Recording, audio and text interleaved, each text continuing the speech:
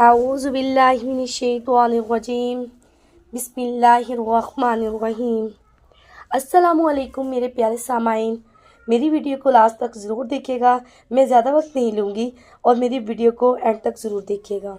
یہ میں آپ کو آج جو واقعہ سنانے جا رہی ہوں، ایک بچی کی ایمان کی آزمائش ہے۔ مسند احمد میں ہے کہ رسول صلی اللہ علیہ وآلہ وسلم نے فرمایا کہ اگلے زمانے میں ایک بادشاہ تھا، اس کے ہاں ایک جادوگر تھا۔ جب جادوگر بوڑھا ہوا تو اس نے بادشاہ سے کہا کہ میں اب بوڑھا ہو گیا ہوں اور میری موت کا وقت قریب آ رہا ہے، مجھے کوئی بچہ سونپ دو، میں اسے جادو سکھا دوں۔ چنانچہ ایک ذہین لڑکے کو وہ تعلیم دینے لگا۔ لڑکا اس کے ہاں جایا تھا تو رستے میں ایک راہب کا گھر پڑتا تھا، جہاں وہ عبادت میں اور واعظ و نصیحت میں مشغول ہوتا۔ یہ بھی کھڑا ہو جاتا اور اس کے طریقہ عبادت کو دیکھتا اور واعظ سنتا، آتے جاتے یہاں رک جایا کرتا تھا۔ جادوگر بھی مارتا اور باپ بھی، کیونکہ وہاں سے وہ دیر سے پہنچتا اور یہاں سے بھی وہ دیر سے آتا۔ ایک دن بچے نے راہب کے سامنے یہ شکایت پیش کی۔ راہب نے کہا، جب جادوگر تم سے پوچھے کہ کیوں دیر ہو گئی تو کہنا کہ گھر والوں نے روک لیا تھا، اور اگر گھر والے پکڑ لیں اور کہیں تو کہنا جادوگر نے روک لیا تھا۔ یوں ہی ایک زمانہ گزر گیا کہ ایک طرف تو وہ جادو سیکھتا تھا اور دوسری طرف کلام اللہ اور دین اللہ سیکھتا تھا۔ ایک دن یہ دیکھتا ہے کہ راستے میں ایک زبردست ہیبت ناک سانپ پڑا ہے، جس نے لوگوں کی آمد و رفت بند کر رکھی ہے۔ ادھر والے ادھر اور ادھر والے ادھر ہیں، وہ سب لوگ ادھر ادھر پریشان کھڑے ہیں۔ اس نے اپنے دل میں سوچا کہ آج موقع ہے، میں امتحان لوں، راہب کا دین خدا کو پسند ہے یا جادوگر کا۔ اس نے ایک پتھر اٹھا کر اور یہ کہہ کر اس پر پھینکا کہ اے خدایا، اگر تیرے نزدیک راہب کا دین یا جادوگر کی تعلیم سے زیادہ محبوب ہے تو اس جانور کو اس پتھر سے ہلاک کر دے، تاکہ لوگوں کو اس بلا سے نجات مل جائے۔ پتھر لگتے ہی وہ جانور ہلاک ہو گیا اور لوگوں کا آنا جانا شروع ہو گیا، اور پھر لڑکے نے جا کر راہب کو خبر دی۔ اس نے کہا، پیارے بچے، آج کے دن تو مجھ سے افضل ہے، اب خدا کی طرف سے تیری آزمائش ہوگی، اگر ایسا ہوا تو لوگوں کو میری خبر نہ کرنا۔ اب اس بچے کے پاس حاجت مند لوگوں کا تانتا لگ گیا۔ اس کی دعا سے مارے زاد، اندھے، کوڑی، جسامی اور ہر قسم کے بیمار اچھے ہونے لگے۔ بادشاہ کے ایک نابینا وزیر کے کان میں یہ بات پڑی۔ وہ بڑے تحفے تحائف لے کر حاضر ہوا اور کہنے لگا کہ مجھے شفا دے دے تو یہ سب کچھ تجھے دے دوں گا۔ اس نے کہا کہ شفا میرے ہاتھ میں نہیں، میں تو کسی کا شفا نہیں دے سکتا، شفا دینے والا اللہ وحدہ لا شریک ہے۔ ہاں، اگر تو اس پر ایمان لانے کا وعدہ کرے تو میں دعا کروں۔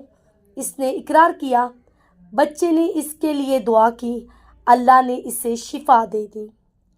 وہ بادشاہ کے دربار میں آیا اور جس طرح اندھا ہونے سے پہلے کام کرتا تھا اسی طرح کام کرنے لگا۔ اس کی آنکھیں بالکل روشن تھیں۔ بادشاہ نے متعجب ہو کر پوچھا کہ تجھے آنکھیں کس نے دی؟ اس نے کہا، میرے رب نے۔ بادشاہ نے کہا، ہاں، یعنی میں نے دی ہیں۔ وزیر نے کہا، نہیں، میرا اور تیرا رب صرف اللہ ہے۔ اب بادشاہ نے اس کی مار پیٹ شروع کر دی اور طرح طرح کی تکلیفیں دی اور پوچھنے لگا، تجھے یہ تعلیم کس نے دی؟ آخر اس نے بتایا کہ میں نے اس بچے کے ہاتھ پر اسلام قبول کیا ہے۔ اس نے اسے بلایا اور کہا کہ اب تم جادو میں حامل ہو گئے ہو، اندھوں کو دیکھتا اور بیماروں کو تندرست کرنے لگے ہو۔ اس نے کہا، غلط ہے، میں کسی کو شفا نہیں دے سکتا ہوں، نہ جادوگر ہوں، شفا اللہ کے ہاتھ میں ہے۔ وہ کہنے لگا اللہ تو میں ہوں۔ اس نے کہا ہرگز نہیں۔ بادشاہ نے کہا پھر تو میرے سوا کسی اور کو رب مانتا ہے؟ تو اس نے کہا کہ میرا اور تیرا رب اللہ ہے۔ اس نے اب اس بچے کو طرح طرح کی سزائیں دینی شروع کر دی، یہاں تک کہ راہب کا پتہ لگا لیا اور راہب کو بلا کر کہا کہ اسلام چھوڑ دے۔ اس نے انکار کیا تو بادشاہ نے اسے آرے سے چرا دیا۔ پھر اس نوجوان سے کہا کہ تو بھی دین اسلام سے پھر جا۔ اس نے بھی انکار کیا تو بادشاہ نے اپنے سپاہیوں کو حکم دیا کہ اسے فلاں پہاڑ کی چوٹی پہ لے جاؤ، وہاں پہنچ کر اگر دین سے باز آ جائے تو اچھا ہے، ورنہ وہیں سے لڑکھڑا دینا۔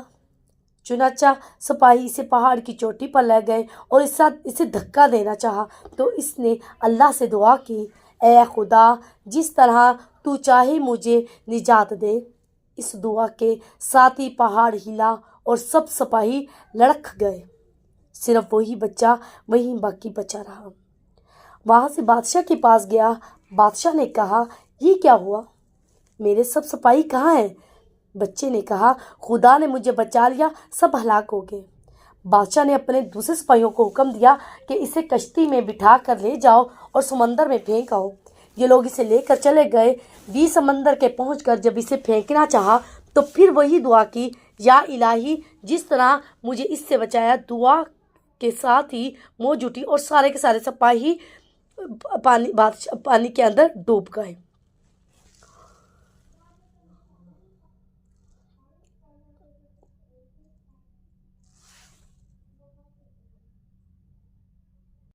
صرف وہی بچہ باقی رہ گیا۔ پھر وہ بادشاہ کے پاس آ کے کہنے لگا میرے رب نے مجھے بچا لیا، اسے بادشاہ تو چاہے کتنی تدبیریں بھی کر لے تو مجھے ہلاک نہیں کر سکتا۔ صرف ایک صورت ہے جس طرح میں کہوں اگر تو اس طرح کر لے تو میری جان نکل سکتی ہے۔ اس بچے نے کہا تمام لوگوں کو ایک میدان میں اکٹھا کرو، پھر کھجور کے تنے پر مجھے سولی پر چڑھا اور میرے تیر کو میری کمان پر چڑھا، اور بسم اللہ ربی ھذا الغلام یعنی اللہ کے نام سے جو اس بچے کا رب ہے پڑھ کر تیر میری طرف پھینک، وہ مجھے لگے گا میں مر جاؤں گا۔ بادشاہ نے یہی کیا، تیر بچے کی کنپٹی پہ لگا، اس نے اپنا ہاتھ اس جگہ پہ رکھ لیا۔ چاروں طرف سے یہ آوازیں بلند ہونے لگی، ہم اس بچے کے رب پر ایمان لائے۔ یہ حال دیکھ کر بادشاہ کے ساتھی بڑے گھبرائے اور کہنے لگے ہم اس بچے کی ترکیب سمجھے ہی نہیں، دیکھیں اس کا اثر کیا پڑا۔